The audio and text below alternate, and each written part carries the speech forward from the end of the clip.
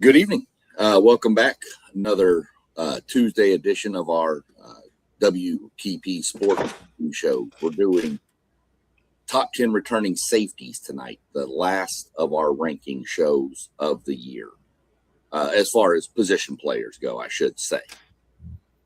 Joined, as always, by the COO, in my mind, as I call him, post-game. So, how you doing over there? I'm sure you're going to have some pretty good thoughts on this list. Oh, yes, sir, man. How you doing tonight, SEC? I feel great. I love the safety position in football. I love guys who like to come up and hit people, and we got plenty of those guys on this list. For sure. I mean, you hear it said a lot of times, safety, inexperienced safety is the quarterback of that defense. That's where a lot of trust is. Some use linebackers, but I know a lot of coaches really rely on the safety to do a lot of the communication as well, especially with the defensive backs. But yeah, so it was a pretty good list. We had a couple of people that were kind of shifted around. Anybody in the comments, hey, drop where you're from, where you're watching from, please. Let us know who you're interested in at safety. When we're done with the list, let us know who we missed. Let us know who you think's too high. Let us know whatever you want about what we've ranked here. So other than that, let's just jump into it. We're going to start with the honorable mention guys, and we had two sets of honorable mentions. And the first pair is going to be, let me get the graphic loaded real quick. It didn't load right then. It's going to be a Parlay Po player and my player. You've got Rod Moore from Michigan and Dalton Brooks from Texas A&M. Let me do this real quick. Let me hide the current comment so we can see the screen. There we go. So you got, I mean, Rod Moore is more of a Midwest, of course. You know, Michigan's always had good DBs and safeties up there. What are you thinking on Rod Moore? Man, I like Rod Moore a lot. I wish Parlay Po was here to give his take on Moore, but we'll substitute. I think, you know, Rod is a veteran guy for that team. He's a leader on that team. He's a guy who's going to come up and make tackles. A guy who's going to be put in a good position to get a lot of takeaways, SEC. And then I think the addition of the pass rusher from Utah, man, his name eludes me right now, but I'm really high on that guy. He's going with his pass rushing capabilities. I think he's going to give Rod Moore a lot of opportunities to get a lot of takeaways this coming year. Yeah, I agree with that. I'm sorry, John Henry Daly. There we go. Okay, yeah. I was trying to think of his name too. Man, it's one thing, man. When you do this, you gotta remember so many names. But John Henry Daly, I think he's an elite pass rusher for that Michigan defense. And with him rushing the passer, I think Rod Moore is going to have a lot of opportunities for turnovers. And I'll bring our graphic back up in a second. But if I don't come in and welcome the CEO of WTP Sports, I might get fired. So I want to go ahead and stop real quick and bring in Mr. Robert to the show. Glad to see you join us. Like I told post game, this is a good position. This is our final show. And man, this is going to be some fun debating and talking, I think. So what are your thoughts? How are you doing? I'm doing great, man. I'm glad to be here. I could never fire you, SEC Sean. You're too much of an asset, my brother. You're too much of an asset. I could never fire you. But, man, I'm excited to be here. I had to wash dishes, bro. Even though I got a dishwasher, I had to wash dishes. I get it. We've all been there. I promise you. Yeah, I mean, then again, if you do, I think I'm kind of safe because if you do fire me, you don't have anybody to argue with at the end of November about a football game. So let me bring this back up. We were talking about Rod Moore from Michigan. We were really hoping Poe would be on, but I understand things go. What are your thoughts on Rob Moore? I like Rob Moore, man. I expect for him to have a really outstanding season this season. He's been there at Michigan for quite a bit. With the defense that Michigan likes to play, under Kyle Whittingham especially, I expect for him to do big things this year. They're gonna have a really good pass rush. They're gonna have some solid guys at the linebacker position. He's gonna have an opportunity to make some plays. Hopefully his hands ain't butter and he can make some of them plays. Yeah, what I look at Rod Moore, Post and Rob, you both kind of covered everything about him. But the one thing I look at, if you look at this graphic over here, is that very bottom line. It says national champion.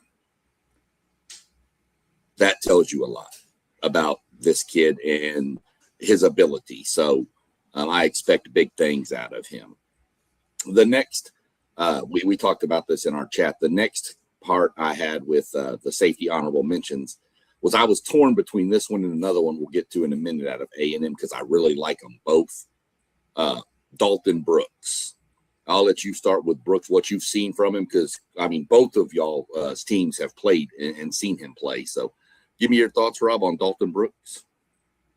I like Dalton Brooks, man. I wish we didn't have to face him again this year, but we do. And I think that he's going to be able to allow for that Texas A&M defense to be a little bit more dynamic than they were last year.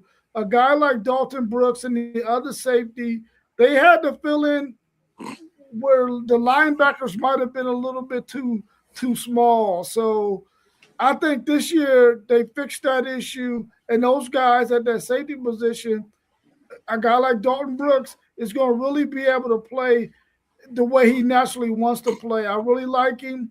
I wish we didn't have to face him again this year, but it is what it is. Post game.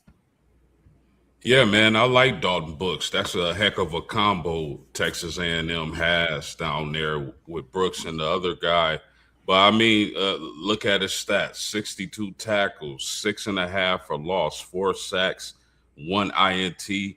That's a guy – that tells me that's a guy that moves around the defense. He isn't just stationary. And if Mike Elko is going to get that defense where it needs to be this year, I think he's progressed year in and year out. Dalton Brooks is going to be a huge factor and a big piece of that. Yeah, I'll agree with all of that for sure. And the next thing I'll say is the reason I did not vote him in over his cohort back there on the back end. Dalton Brooks has got to take better angles. He takes a lot of bad angles when he's chasing people down, coming downhill, not chasing an angle, chasing him from behind, but coming at him. He takes a lot of bad angles. Now, was some of that the linebacker not doing that job, and he's doing his job, but based on where we don't, whatever. And he's got to get his hands better. He dropped at least 3 interceptions last year. But the kid is electric. He was a running back, defensive back in high school. They ran a fake putt to him. He went 79 yards, almost scored, got caught from behind, which you never want that. But that's why I didn't vote him in. I left him outside. I think that's about right for him. I do think he's one of the top 15 to 20 safeties in college, but I'm not top 10. We'll move on to scroll. The next duo we have, and here we go with the names again. Y'all know me and my names. Faletal Satuala, sure, and Jelani McDonald. We got to get him in there. There's one of us in here wearing a shirt for him. So, Rob, I'm going to let you take Faleta Satuala from BYU first. Post, you can go second with him, and then go first with McDonald back to Rob. Man, I'm telling y'all, man, and I know I keep saying this, man. But college football is a riches of talented football players. This young man at BYU is going to be a baller, man. He's been in that system with that coach. I really feel like he's going to be one of the key components to that defense. Of course, we know about the linebacker that they got that transferred over there. And then you also got another transfer from Texas at the linebacker position. They're going to be really talented on their back end with their linebackers and their safeties and their corners.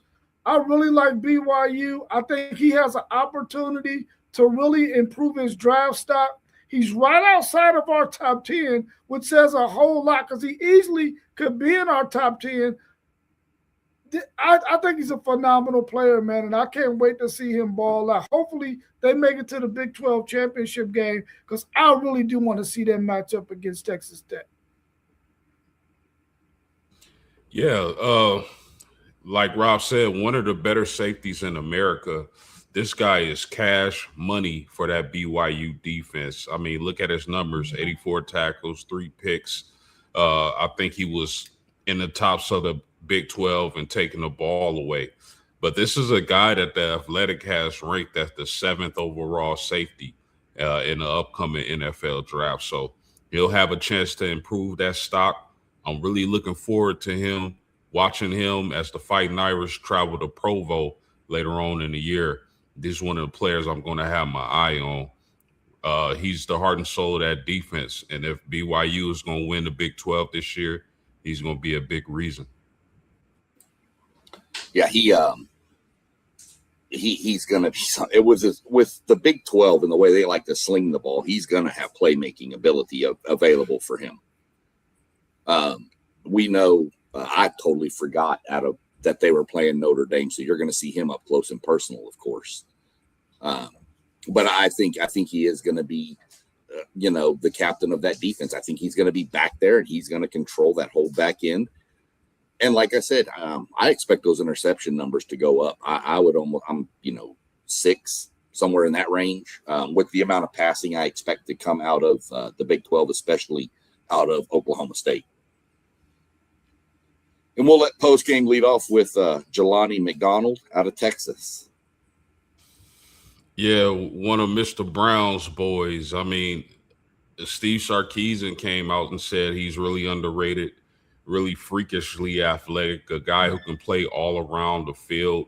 You can tell by his statistics, being able to get fumble recoveries, pass defenses, interceptions, tackles for loss, and tackles. He's going to be a major part of that Texas defense. And with Colin Simmons rushing the passer in that crazy pass rush down there in Texas, he's going to be in a position to make a lot of plays. I like Jelani McDonald. As far as the safety from BYU, who I'm not going to try to say his name, but these are two guys who easily could have been in the top 10.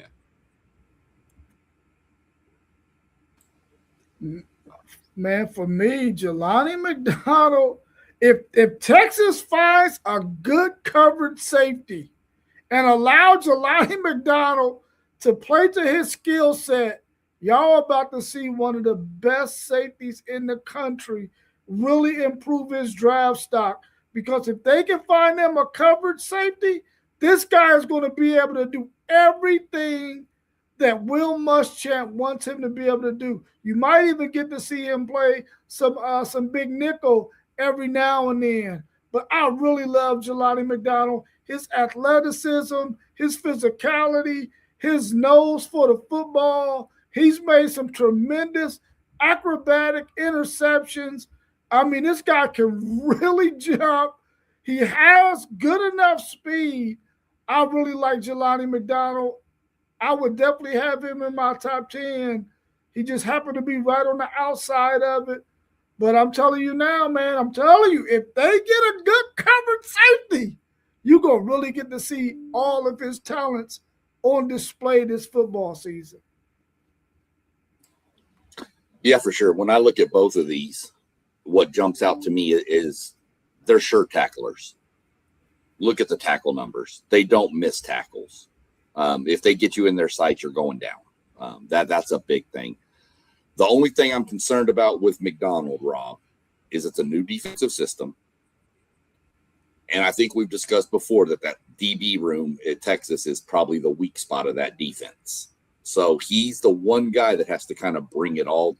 I'm not saying he can't, but I think that's the weakest spot on that Texas defense, which, by the way, is not that weak anyway. Okay. So, but that's the one knock I would have on Jelani McDonald is the new system and the youth and lack of experience around him. Man, it's definitely but I don't want to face him again either. I don't want to face him again either. So.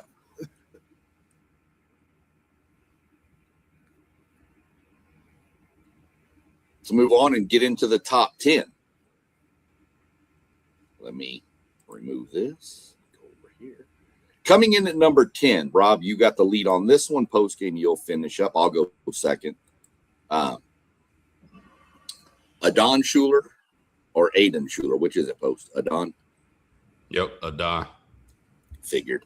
Always love when we have names that I'm not 100% sure on and somebody from that team is on. So, Rob, you can take Schuler first, and I'll go get his stats and everything brought up while you're starting off on him. Part of the reasons why we are so high on Notre Dame is their defense is going to be phenomenal, but their secondary is unbelievable, man. You get Adon, Schuler, Notre Dame, 6 foot, 202 pounds, already has played 3 years at Notre Dame, 118 tackles, 70 solos, 5 passes defended, 1 sack, 3 forced fumbles, 5 interceptions, 1 of them ran back for a TD. This guy, along with the other guys they have in the secondary, where are you going to go with the football? This guy is unbelievable. I really feel like teams are going to have a tough decision when they go into this draft if they're looking for a safety because there's so many guys out there. He cracks our top 10 at number 10, but he can easily be anywhere from 4 through 10 on our list. He just happens to fall at 10. I really like him. I think the fact that he's going to be around some really talented football players, he's going to have an opportunity to make a lot of plays. And I'm looking forward to him this season. I think he's a phenomenal player, really heady, understands the game. I'm ready to see him ball out. Yeah, much like Moore from Michigan, I look at the bottom line. And on a team that stacked with defensive players, you're still voted team captain. And, I mean, not saying Leonard Moore's not one because he probably is too, but to be voted a team captain at Notre Dame is a badge of honor. That's impressive.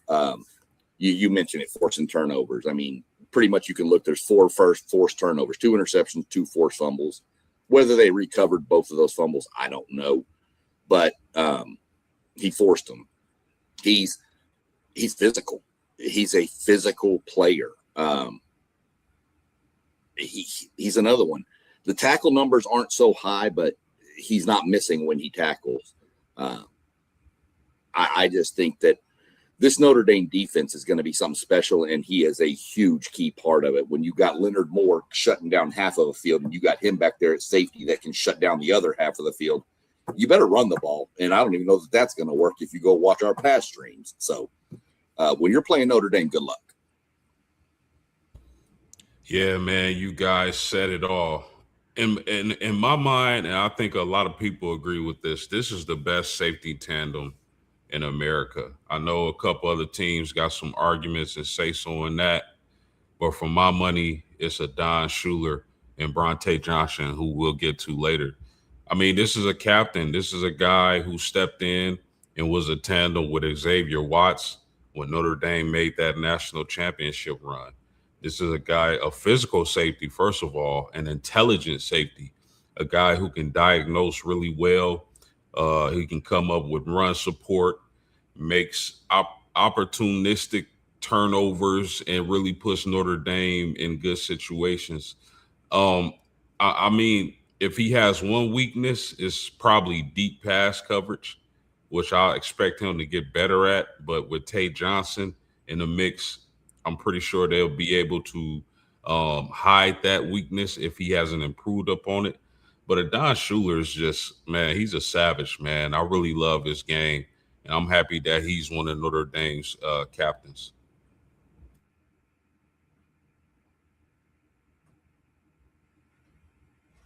I know not just that he's a captain, but I know you're over there smiling in the background that he's putting on green and gold too. So, because there's a lot I'd love to have him in maroon, I promise you. The next one we're getting to, this is a little odd for me. We're going, I think for the first time in all of the defensive rankings, we're going to Ohio State. I think this is the first player coming out of Ohio State that we've ranked in our top 10. And it's Jalen McClain from Ohio State.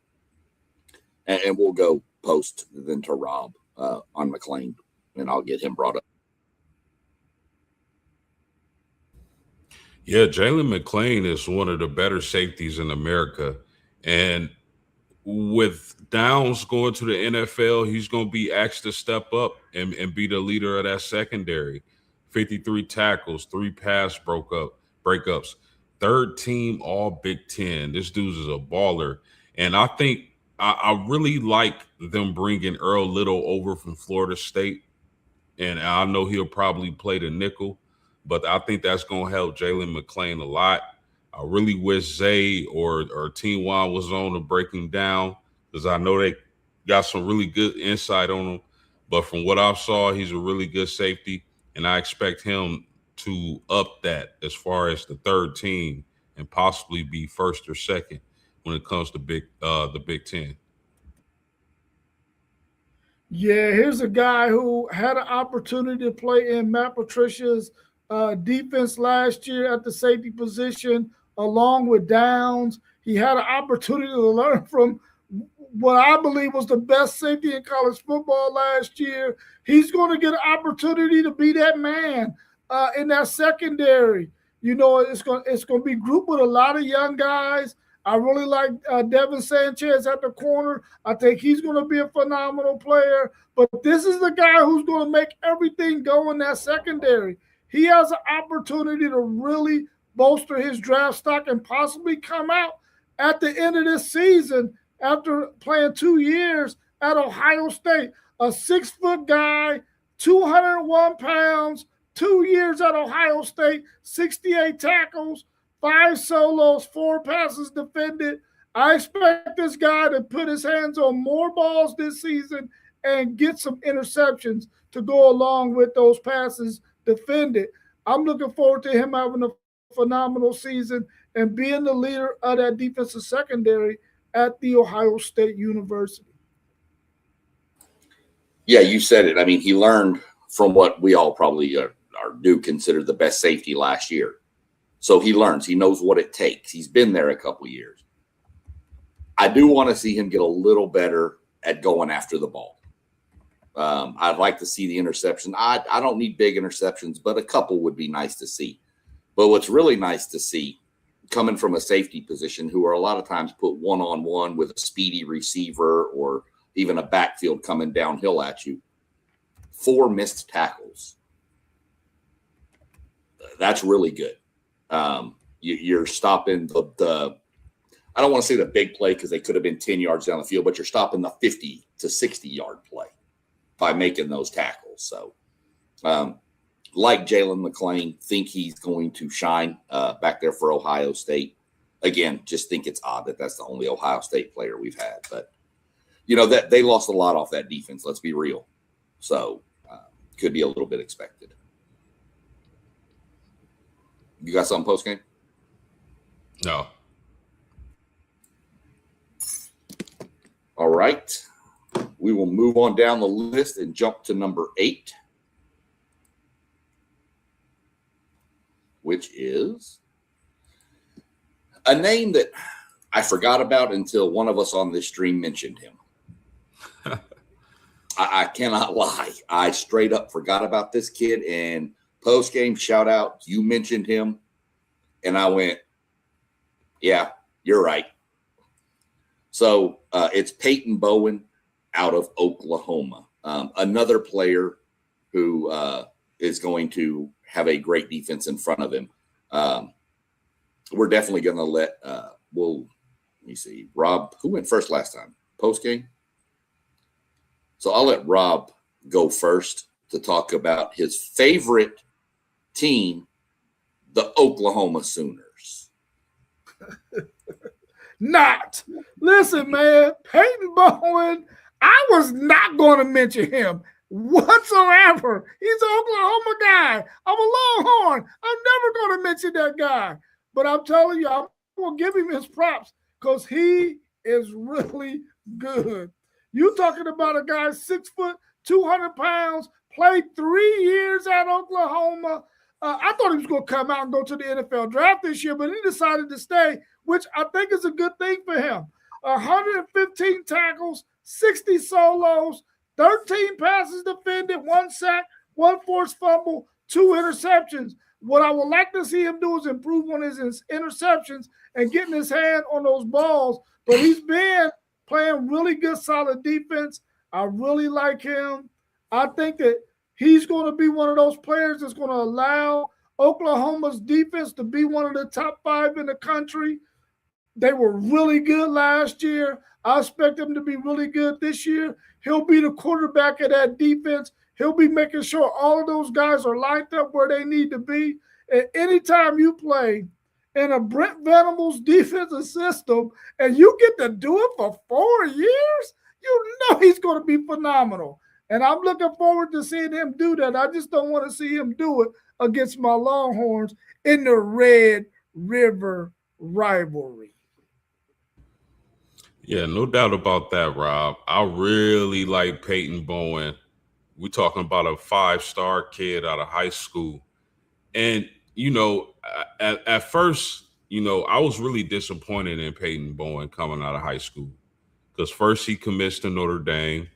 Then on signing day, he commits to another team, commits to other teams. So I'm like, man, what is up with this guy?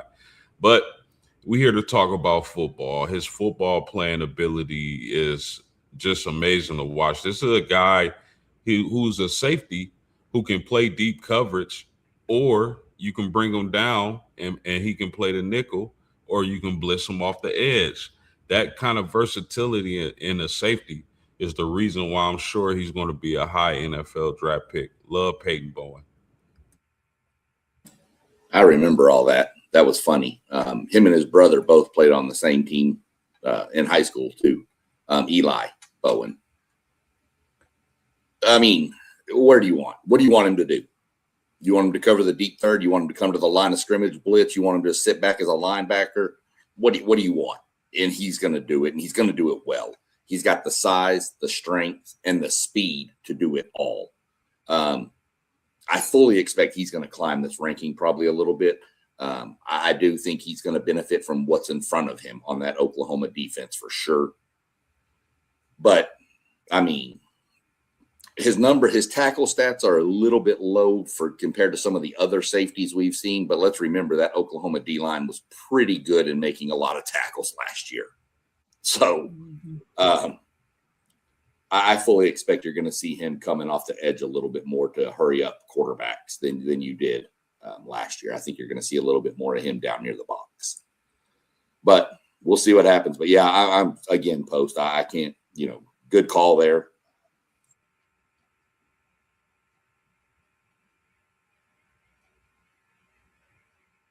Let's move on from Peyton Bowen, not Boeing. He's not an airplane. Moves like one sometimes. Stay in the SEC and go to Alabama. Keon Sabb comes in number 7 on our line. And we'll get post-game rolling first with Keon Sabb out of Alabama. Yeah, man. When you talk about the best safety duos in America, Alabama is right there with just about anybody. I know we talked about Notre Dame earlier, but Keon Sabb, this is a veteran guy. This is a physical safety. And if Alabama is going to do anything this year, Sabb is going to be a big part of that.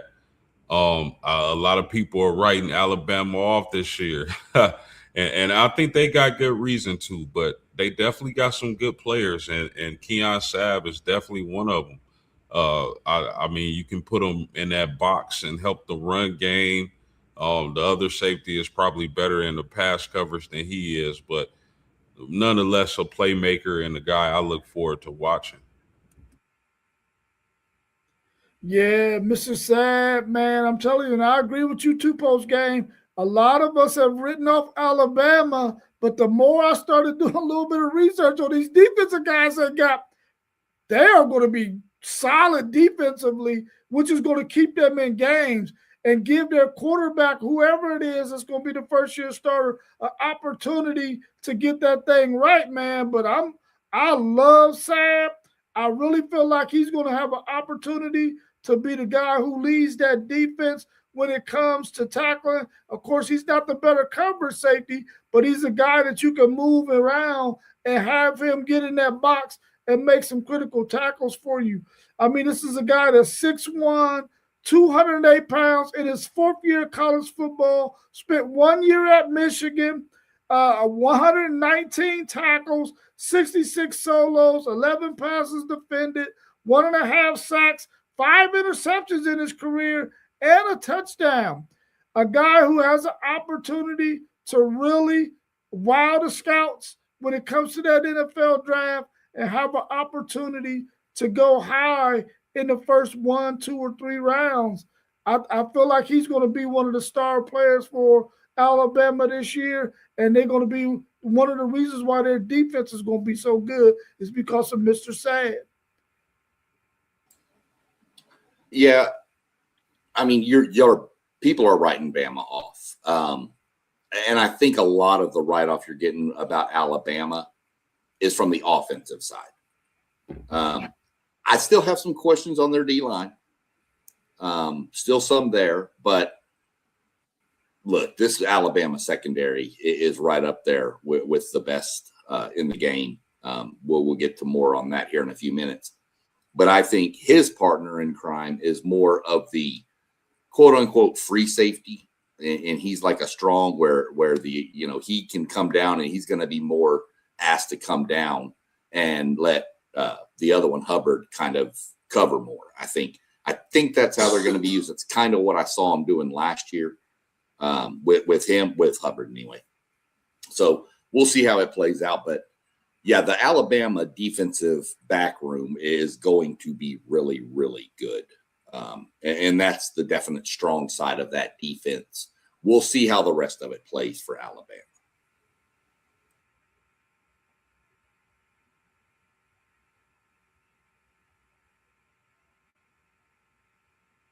Going on to number 6, the second part of the safety room at Texas A&M is Marcus Radcliffe. And before we get going with him, I'm going to give y'all a little thing I found out the other day. I don't know if you watch any SEC media days, Rob, but for every turnover he gets, he's donating $315 to the Wounded Warrior Project. So if you're playing A&M, throw the guy at least one pick a game. That's all I ask for. You can throw more, but at least one, please. So I thought it was a really cool thing he was doing. So I wanted to be sure I brought that up on the show because I think that's a really, really good reason and some motivation for him.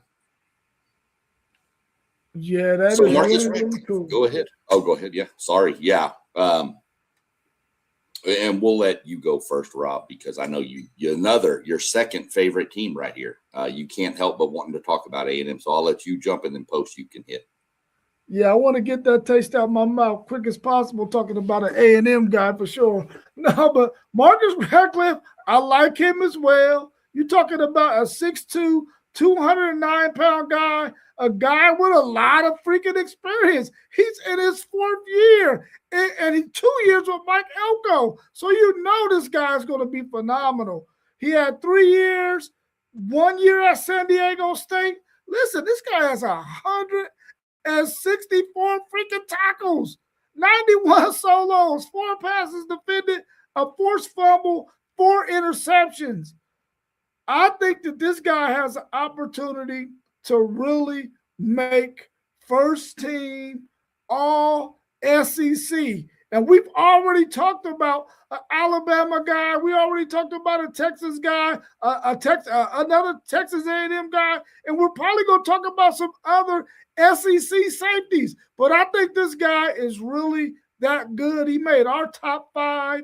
I really feel like he's going to be able to do some things in this defense for Mike Elko that he really needs to get done. And when you got a safety that can take away people's mistakes like Ratcliffe can, that's a winner, chicken dinner. Let's go. For sure. One of the things I like about Ratcliffe, I mean, so much is made about your star ranking coming out of high school. This guy is a 3-star rated football player out of high school, and Walter Camp has him as a preseason All-American. So that just goes to show sometimes, a lot of times, stars don't matter. It's what you do when you get your opportunity. And this guy has put the work in, like Rob mentioned, over 6 foot, 209 pounds. That's a really good size for a safety, a box guy. Going to be real important for that Texas A&M defense and Mike Elko. Yeah, I should have looked it up because I had the A&M weight charts after heading into fall camp. I think he's at 215 now, or 219, somewhere like that. He's put on some more weight. Great kid, obviously. What he does, phenomenal player. A&M has not been known as safety university. They've had a couple coming through there, and I'm not saying we are by any stretch of the imagination. Please don't crush me in the chats. But when Mike Elko says this is the most talented and deepest and best defensive back room I've ever been around, that tells me all I need to know about these guys. 2 veterans at the back at the safety position, Dalton Brooks we spoke about, Marcus Ratcliffe here. So I'm really excited for what this safety combination can do. Do want to see him not just for what, but I want to see that the turnover numbers have to get higher for the entire A&M defense. They were pathetic last year in forcing turnovers. It was bad. We got to get better at that, and we'll see what happens. But really excited to see what Marcus can do this year. Post game, it doesn't matter your stars. You're 100% right. But how much work are you willing to put in to get to where you want to be? And this kid's done what he's needed to do, and we will see him on Sundays.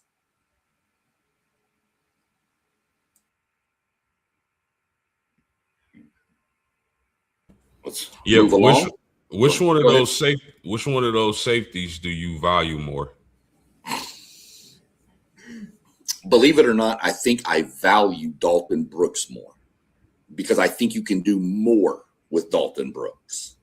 Dalton Brooks was a couple of years ago. A&M had a few injuries at the running back position and were really, really thin. And Dalton Brooks got a few runs back there. I think you can move Dalton Brooks to the offensive side if you're in a serious bind.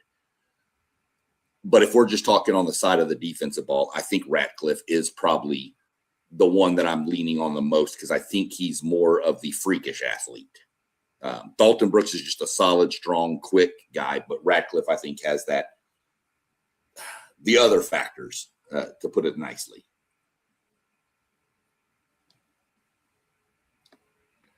Let's go to number 5. And we're going to go down to South Beach. And let's go check in on Miami with Bryce Fitzgerald. Let me see who's next. So it's going to go Rob here first because I need Post to go last here in a few minutes. So we'll go Rob Post on this one again. Man, Bryce Fitzpatrick, true freshman last year. He's playing this year, year 2, 6'1", 185 pounds, 16 tackles, 10 solos, 2 passes defended, a sack, 6 interceptions. Guess what, y'all? 2 of them came against that guy up there's team, the Texas A&M Aggies, And he sealed that that playoff win over Texas A&M. I really like this guy and his upside. Only a true freshman last year. Just imagine how ultra confident he's going to be this year, out there making plays. He's going to have to play even bigger than he did last year because they don't have the bookends that they had last year in Ruben Bain and Mesidor. Even though they got some replacement guys, you ain't replacing those two studs. But I think this guy has an opportunity to really elevate his game, and I expect him to do so. A guy who played as a true freshman and ended the season with 6 INTs. That's incredible. Yeah, I mean, Rob said it all. Bryce Fitzgerald coming out as a freshman. What's going on in Miami where they can get these true freshmen in and really have them make a difference in football games? I like Bryce Fitzgerald. PFF loves Bryce Fitzgerald. I think he's over 80. I think he has like an 80.7 PFF grade, which ranked like 5th in the whole entire ACC. But I expect all those numbers you see to increase as he was a rotational piece his freshman year. Made a lot of plays, but was a rotational piece. He'll be the man in he'll be the man in that secondary this coming up college football season. I expect those numbers to increase. Rob, you almost got put in timeout, brother. I almost had to put you in timeout for bringing that up. I didn't sit here and bring up the Florida game when y'all lost to Florida. Okay? I didn't bring up the Ohio State game. Just messing. That was an insane game. That the wind there was so bad. Freshman All-American, 6 picks as a freshman. Come on. He was rotational, and he should have been rotated out on a couple of plays against A&M in the playoff game. But unfortunately, he was rotated in. So it is what it is. I'm not gonna, keep harping on it. It happened. But for being a freshman in that defense, which he had some, people stacking the front up, where he didn't have to worry so much. But to be a freshman in any level college football and making a run with the team to the national championship game, this kid is just going to be must-watch TV on the back end of this Miami defense. I mean, I don't know that he gets 6 interceptions because I think people are going to probably stay away from him as much as possible. But good Lord, he's good. And he was a true freshman, right? He wasn't a redshirt. He was true. Yeah, that's what I thought. Him and Malachi Toney, both true freshmen last year. That's just, you mentioned it post game. Where are they getting these true freshmen and doing that with them? But it is what it is. Bryce Fitzgerald, man, good gracious, he's good. Let's go ahead and move along to number 4. And post game will lead this one off. We're going to stay in your state. Amari Farrell from Indiana. Yeah, this guy easily could have been top 2 in my mind. I think Amari Farrell is a playmaker. He's definitely a ball hawk safety, gets a lot of pass breakups, gets INTs. And for a guy of his size, standing at 6'2", over 200 pounds, really moves well. Kirk Cignetti allows him to be all over the field. He's going to be a monster for the Hoosiers. I really like his game and athletic safety. I expect him to be one of the top safeties in America this upcoming season, and I definitely believe he'll be at a really good draft pick for someone in the future. Yeah, Farrell, Indiana, 3-year player, 6'2", 205. Listen, 3 years at Indiana. You would think after his freshman year, once Cignetti got there his sophomore year, maybe he might have thought about going somewhere. But he didn't. He stayed and has been in Indiana's system with Cignetti for 2 years now. This year will be his 3rd year. 106 tackles, 57 solos, 7 passes defended, 1.5 sacks, 8 interceptions. This guy is going to ball out. And I know we all talk a lot about Cignetti and his teams, their discipline, how they pay attention to detail. This guy is going to be a big piece for the Indiana secondary this year. I'm looking forward to him doing what he does. I expect for him to have a fantastic season and probably be first team All Big Ten this season when it concludes.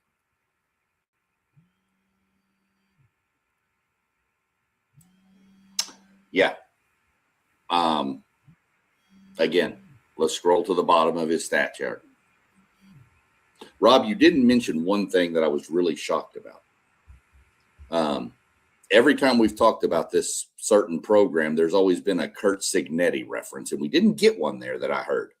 So I was kind of shocked. Are you slipping up? You having a little bad taste on Cignetti now? What's going on here?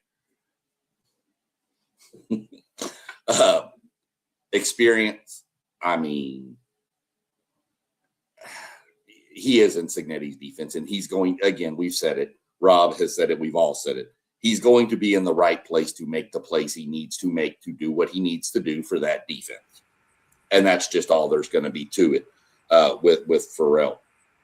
I don't know, and I'd have to look a little more, but when I looked at some tape on him, this guy reads the quarterback well. He might read the quarterback better than anybody I've seen. He is amazing at looking at the quarterback and reading what he's thinking. So great guy on the back end of that Indiana defense. We'll see how it plays out with him. But yeah, good gracious. Let's see what's going on next. Go to number 3. And post-game will obviously go last on this one, which is Bronte Johnson from Notre Dame. We mentioned one already. Let's go ahead and get the other one rolling too. So, Rob, you're up. All right, we're talking about post games, boy, Mr. Johnson. I don't want to mess his first name up. 6'2", 200 pounds, 2 years at Notre Dame, 51 tackles, 38 solos, 3 passes defended, 4 interceptions, a touchdown. We've talked so much about this Notre Dame secondary. This is another guy who was worthy. Now, listen, Leonard Moore was the number 1 corner. This young man comes in as the number 3 safety on our list.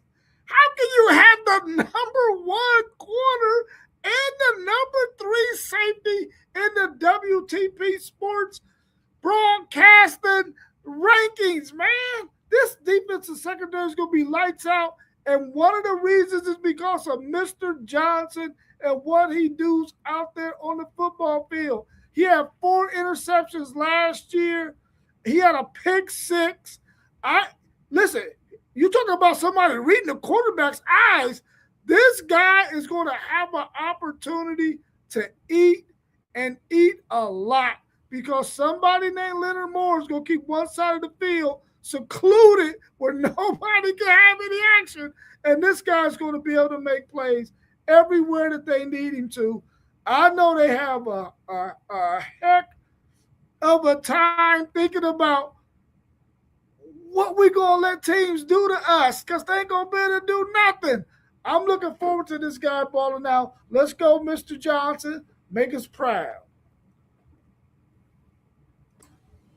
I'll jump post real quick on Bronte. Man, come on. He's got the number 10 safety sitting right back there beside him. He's got the number 1 cornerback on the field with him. He's got a bunch of defensive linemen and some linebackers. I mean, come on. This is going to be a nasty secondary to go against. Again, I mentioned it earlier. Good luck when you're playing Notre Dame throwing the ball. But good luck moving the ball. If you want to see what this defense can be, not that but go watch them play Arkansas last year. That's probably what they're going to do to everybody this year.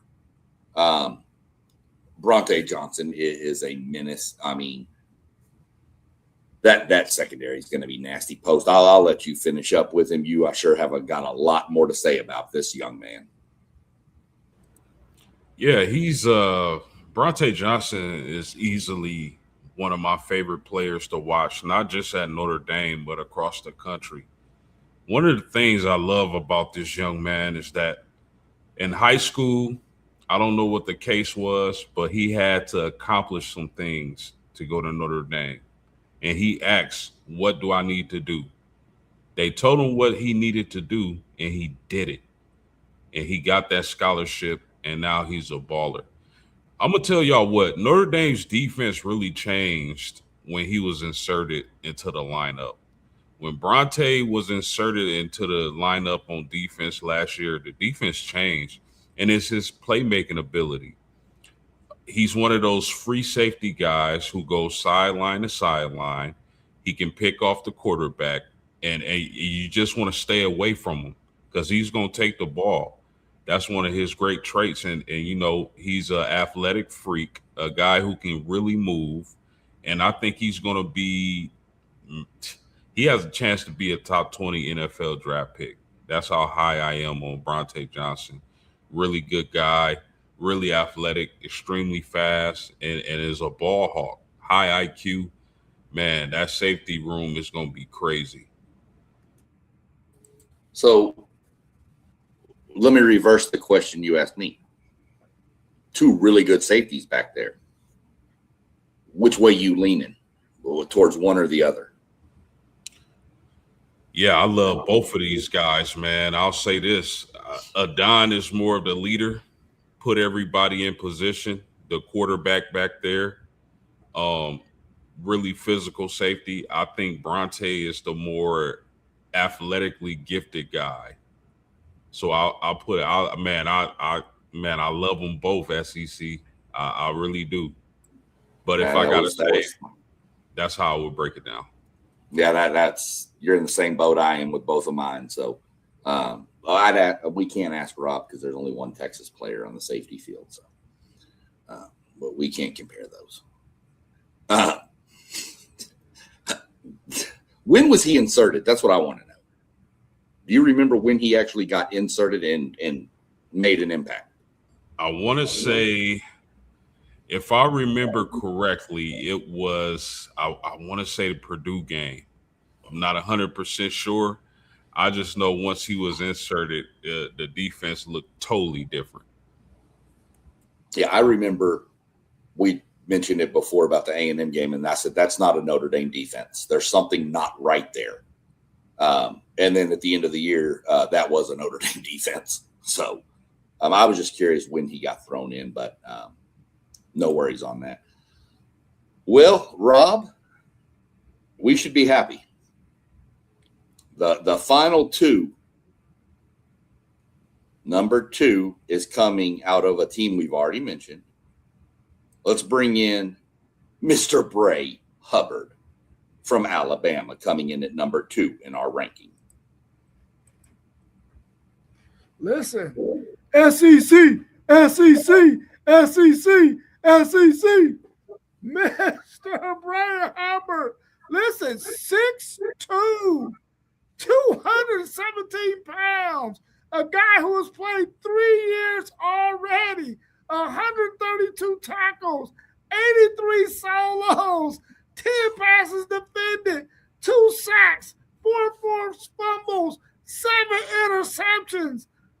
This guy can play everywhere on the field where you need him to, in the box, back, coverage, whatever you need this guy to do, he can do. He comes number 2 on our list. Do you know how monumental that is to come in on WTP Sports at number 2? He's going to ball out, man, and I'm starting to think more and more about this Alabama team and why I had them ranked I think they're in my top 10, in my top 25, because their defense of secondary is going to be really, really good. Mr. Hubbard, don't make us proud. Yeah, that's one heck of a photo of Ray Hubbard, man. But I mean, Ray Hubbard is elite, man. I think he lacks deep ball speed, but anything else, this guy is exceptional with. The thing I like about Ray Hubbard was he was a quarterback coming into college, and they switched him to safety.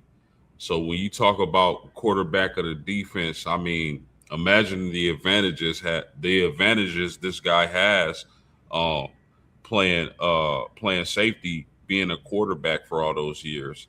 He knows the keys, he knows the reads, he knows what to look for, what a quarterback is looking for. So this guy is a elite safety, and I'm looking forward to watching him play. And I don't know who this James Jordan guy is, but well, I think everybody said Bray. Yeah, I actually put him first in our rankings over the next guy. I got beat out, but I don't think you can go wrong. I'm not sure you can go wrong with 1, 2, or 3, to be honest with you. You went where I went. Quarterback, puts in the work, watches film during the week, understands route combos, knows where cuts are coming, knows when they're coming. He knows how to read a receiver because he was throwing it to the receiver. So he knows what to look for and what to key on to get in front to make plays on the ball, which you mentioned, Rob? 7 interceptions in his career, 4 last year. So very athletic, does struggle, you're right, against the deep ball. He can be beat deep. If you've got a speed guy, you can get behind him. But you better have a good throw, because if it's short or offline, he's probably going to get it. One thing I want to bring up to y'all real quick before we get to the next one, number 1 on our list.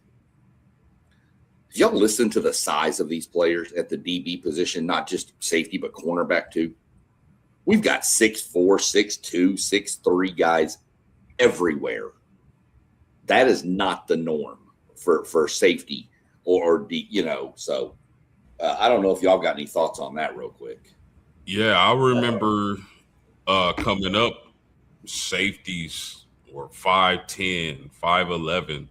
A big one was 6 foot. Corners were 5'8", 5'9".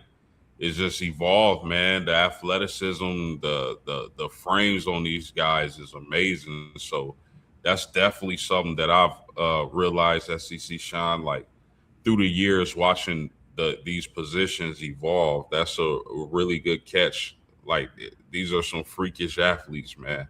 Pretty soon they're gonna have a 7-footer at safety.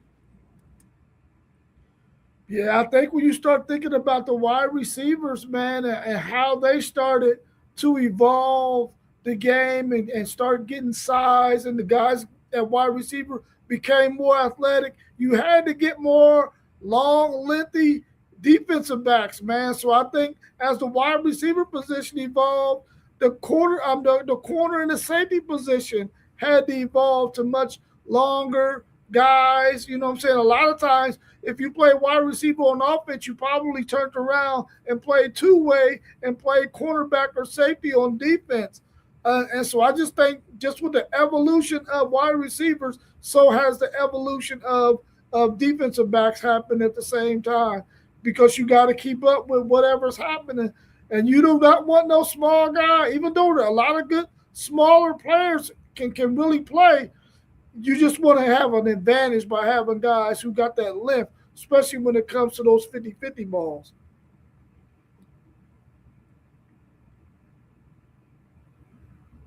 For sure. I just thought it was odd. I'm used to post games of them 5'10", 5'11", 6 foot maybe, but this is just getting crazy. And that leads us to our number 1. Get up here to him, and we're going to stay in the SEC. And KJ Bolden from Georgia. I don't remember who can go first. Either one of y'all can go first. Post game, Rob, doesn't really matter. I've lost the rotation again.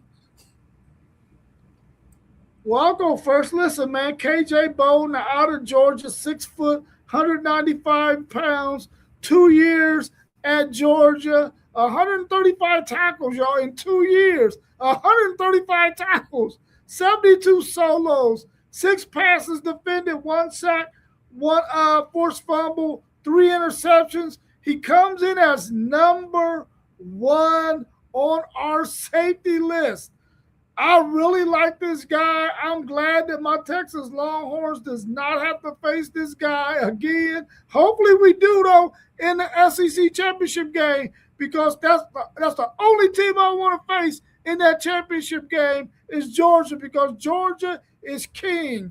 And I feel like KJ Bolden is going to be that piece that Georgia needs to command that secondary and to command that defense. I think he's going to take that step and be the leader on that defense. I really like KJ Bolden, and that's why he was number 1 on my list and number 1 as a consensus on everybody else's list.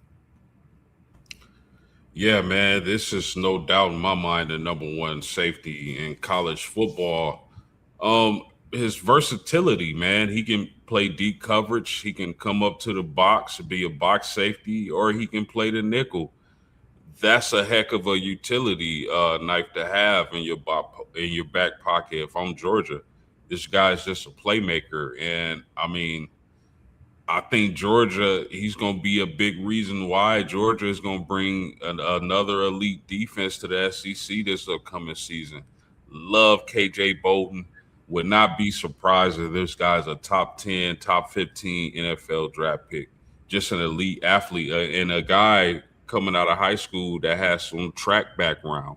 So imagine what type of speed he brings to the game. Yeah, I mean, the Swiss Army knife, you're right. I mean, that's what he is. He does it all. And it says a lot in the defense under Kirby Smart, because we know Kirby Smart demands excellence out of his defensive players. And Kirby was a safety. And Kirby raves about this guy. Everybody does. This dude is amazing. CBS Sports, I saw their quote on him.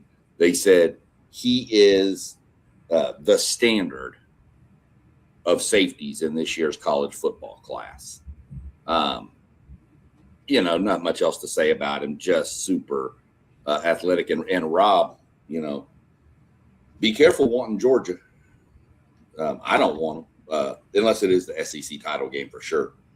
But Georgia's the king of the SEC for now, and until somebody knocks them off. So I just know that Georgia team's going to be really good on defense. They always are. There's some defenses out there this year, guys. We've got guys all over from Notre Dame, Oregon, Miami, Texas. We've got guys everywhere. This is going to be one of the best defensive classes I've ever seen come out of college football, from top to bottom.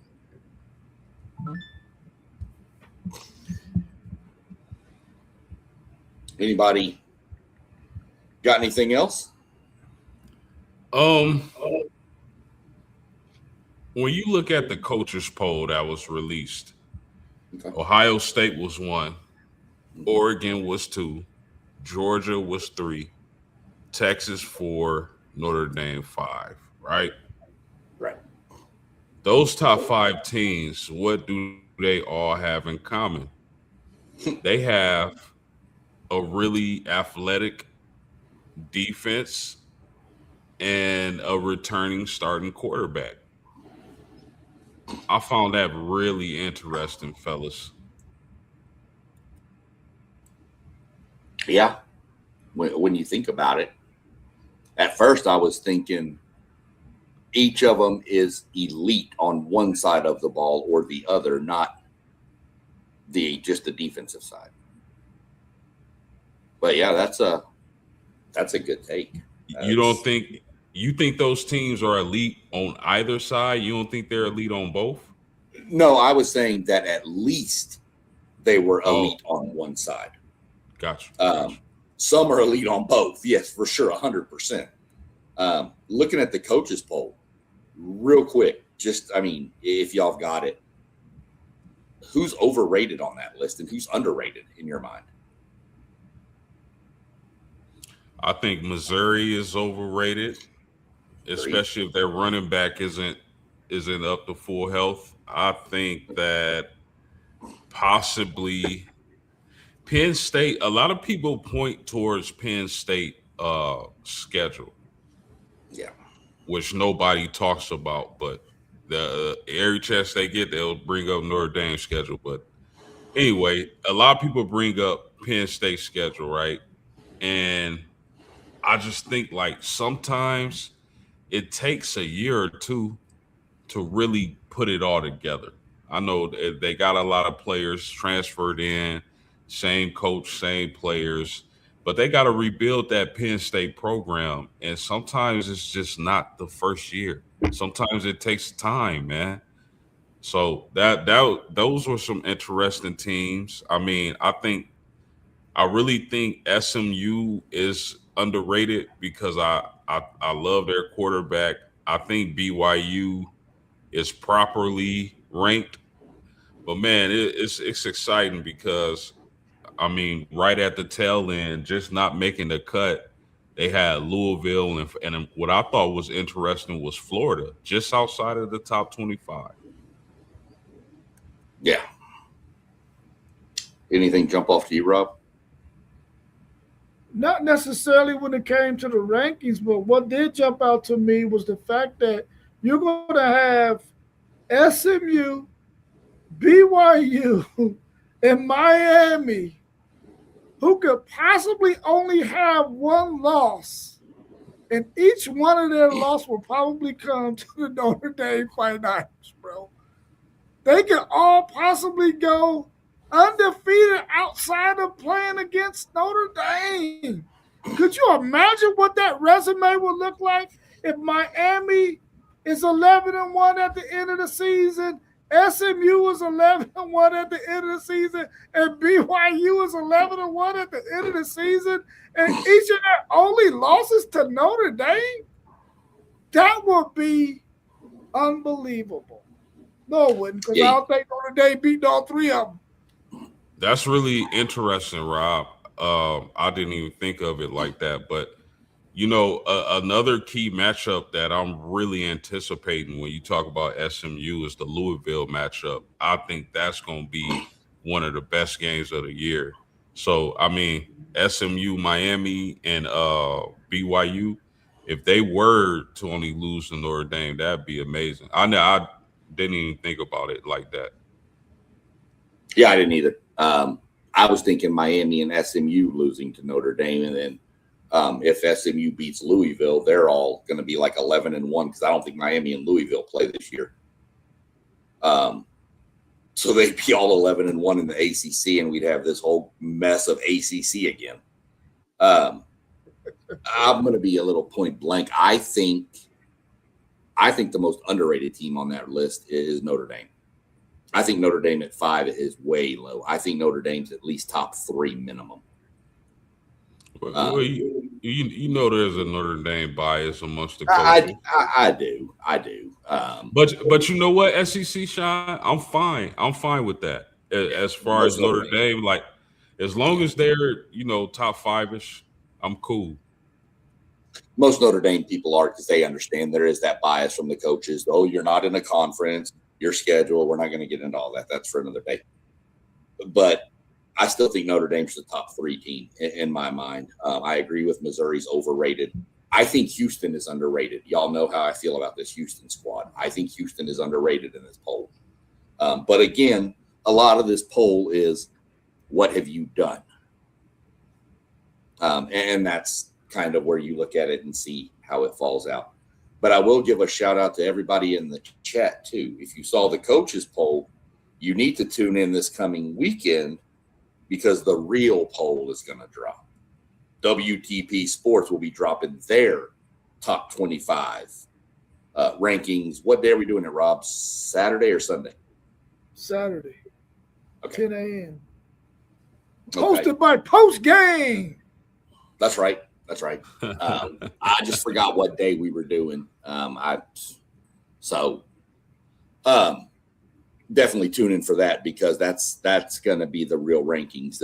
These are coming not from computers and people sitting around betting on bait and bias and all this. This is coming from people that watch the games and actually know these teams and have a good ranking system for them. So definitely tune in for sure for that if you want to know where we rank everybody.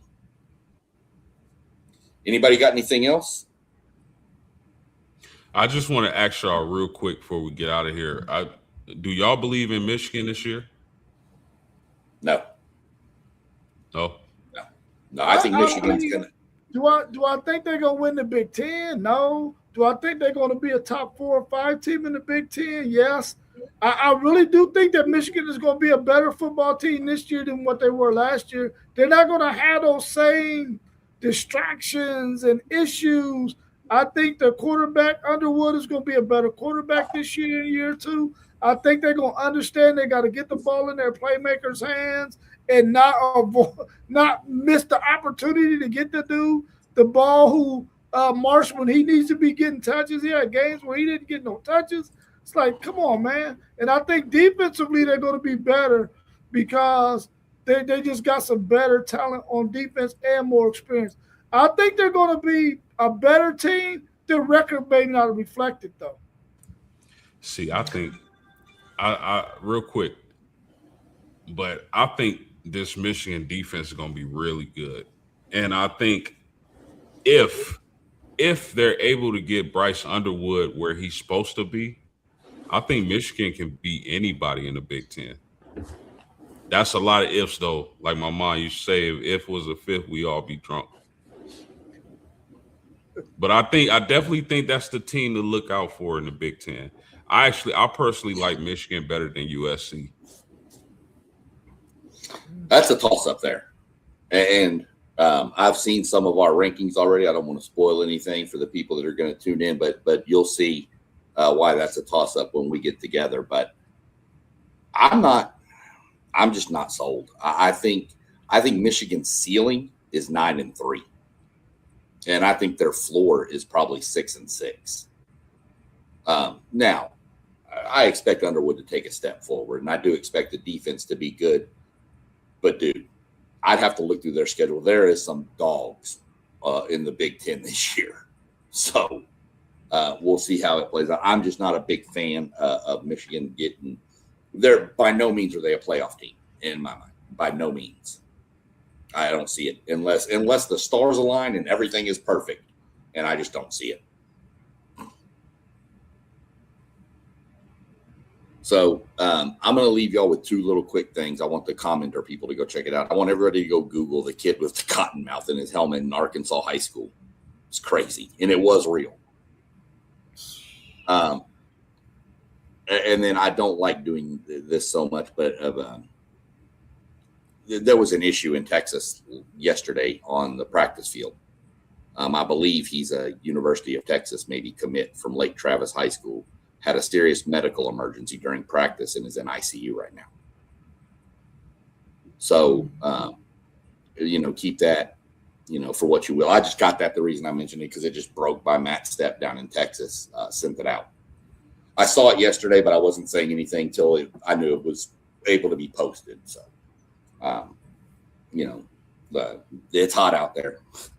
Down there, these guys are out practicing to give us the entertainment we want. So hopefully everything's good with that kid, and we'll go from there. But other than that, I appreciate all the stuff in the comments. Appreciate the analysis from you two fine young gentlemen. And we'll be back again. I believe tomorrow and Thursday we're doing NFL breakdowns. And then Saturday, of course, we mentioned the real Top 25 show. Sunday, I believe, is the Over and Under Big 10 show. Rob, is that right? Is that Sunday? Yep. So a lot of content coming, and then we're going to start working on some stuff after that. Like I said, this was our last ranking show for the defense. So now I'll come up with something else we can do. Don't know what it is yet, but we'll figure something out. So other than that, if you gentlemen don't have anything else to add, we will get on out of here and call it a Tuesday night. We'll just tell all the fine folks, peace.